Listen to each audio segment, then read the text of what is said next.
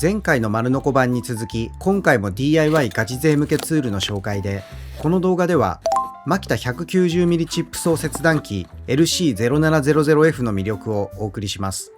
このモデルは主に金属材料を高速・高精度で切断するための据え置き型切断機で、見た目は高速切断機に似ていますが、砥石ではなく超高チップ層を使うのが大きな特徴です。今回は別途こちらのアルミ用と鉄&ステン用のチップ層を用意。まずはアルミ用の刃でアルミ材から切っていきます。下のシャフトロックを押すと軸の回転が止まるので、その状態で六角穴付きボルトを回すことで刃の脱着ができます。基本的に据え置き型の場合、金属部材は高速切断機1台で何でも切ることはできますが、チップ層切断機も導入するメリットがこれを見ればわかります。まずは高速切断機でアルミのアングルをカットします。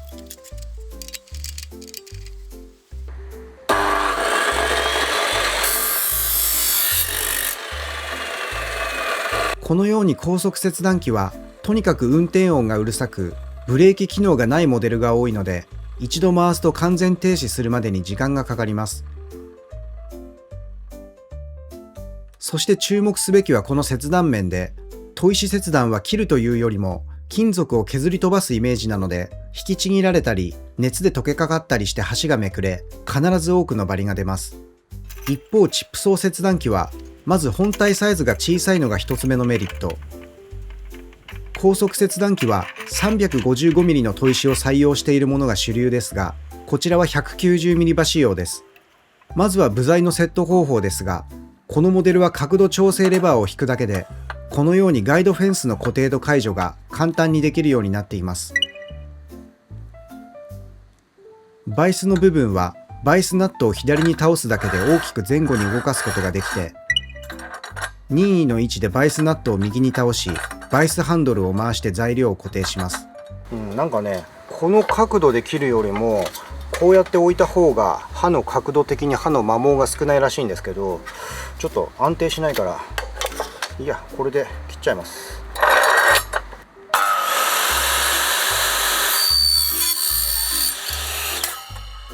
チップ層切断機は運転音が高速切断機ほどうるさくなく、ブレーキ機能で回転もすぐに止まります。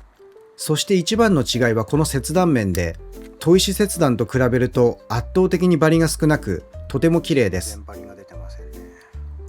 綺麗に切れました。続いてアルミパイプを切ってみます。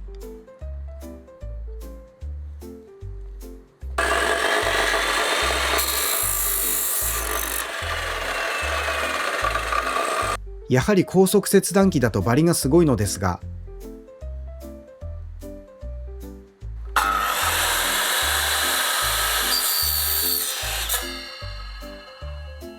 チップ層切断機ではこの通り。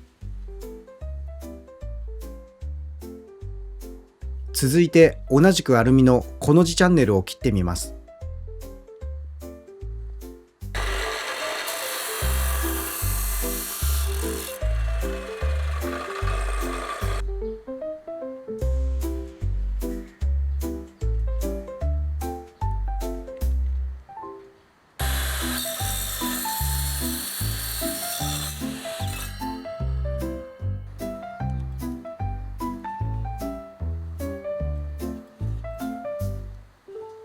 これはいいですね。アルミの切断はバッチリですね。もちろん全くバリが出てないわけじゃないけど、スパッと切れる印象ですね。高速カッターと比べると。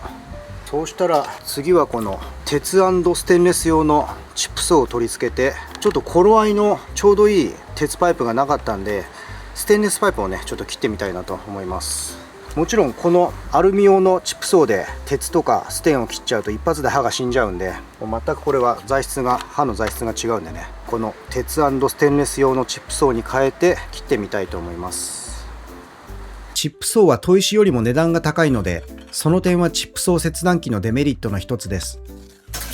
ちなみに今回購入した刃の値段はこんな感じでした。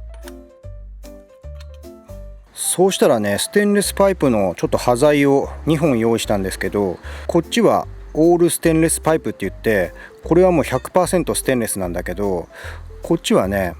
これステンレス巻きパイプって言って、実はホームセンターで売ってるステンパイプって2種類あって、こっちはね外側はステンレスが巻かれてるんだけど、これ中は実はこれ鉄なんですよね。鉄のパイプの周りにステンレスが巻かれてるっていう感じで、なのでまずはこっちのステンレス巻きパイプの方を高速カッターの方で切ってみたいと思います。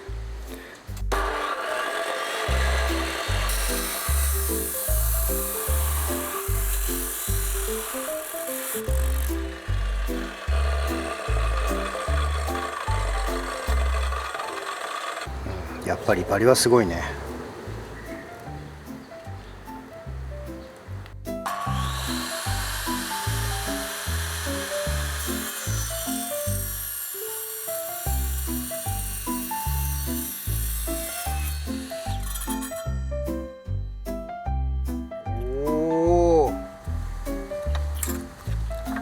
なんかね刃がスムーズに素直に入ってくれる感じがありましたね。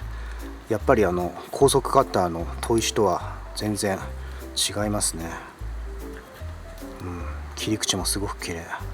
そうしたら最後は一番切るのが大変なオールステンレスパイプ。これは 100% ステンレスのパイプですね。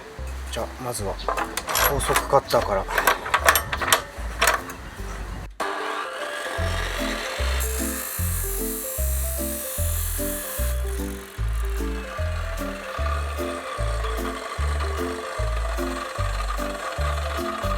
これはちょっと当て消した方が良かったかな。今若干パイプが回っちゃったんで、でもやっぱりバリはすごいね。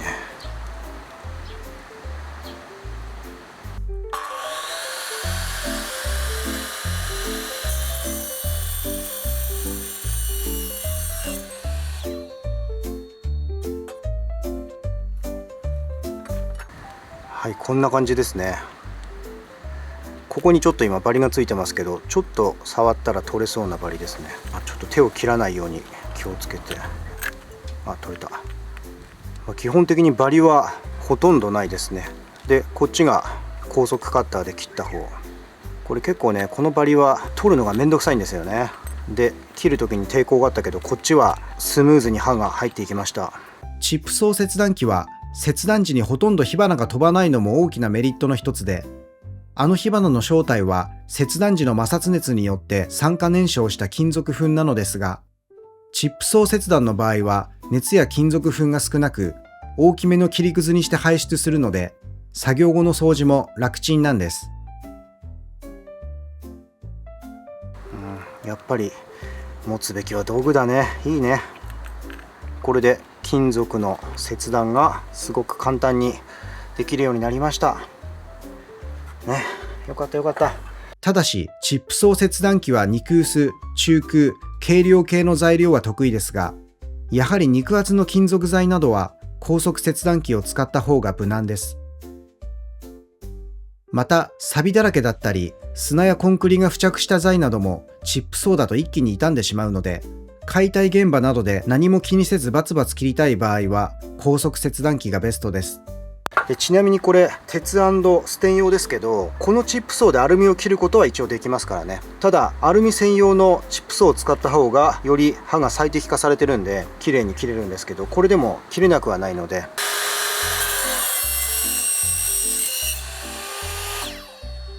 はい、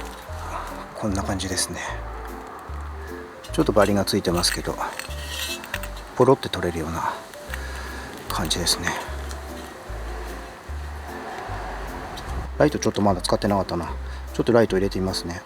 ライトついてますね。ちょっと今明るいからわからないけど、というわけで、こういうねアルミとか鉄とかステンとかって僕も普段からそんなにしょっちゅう切るわけじゃないんで、必要な時はいつも向こうの高速カッターで切ってましたけど、今後はこちらのチップソー切断機でカットしたいと思います。いやこれスムーズに切れるし、バリも出ないし火花も出ない。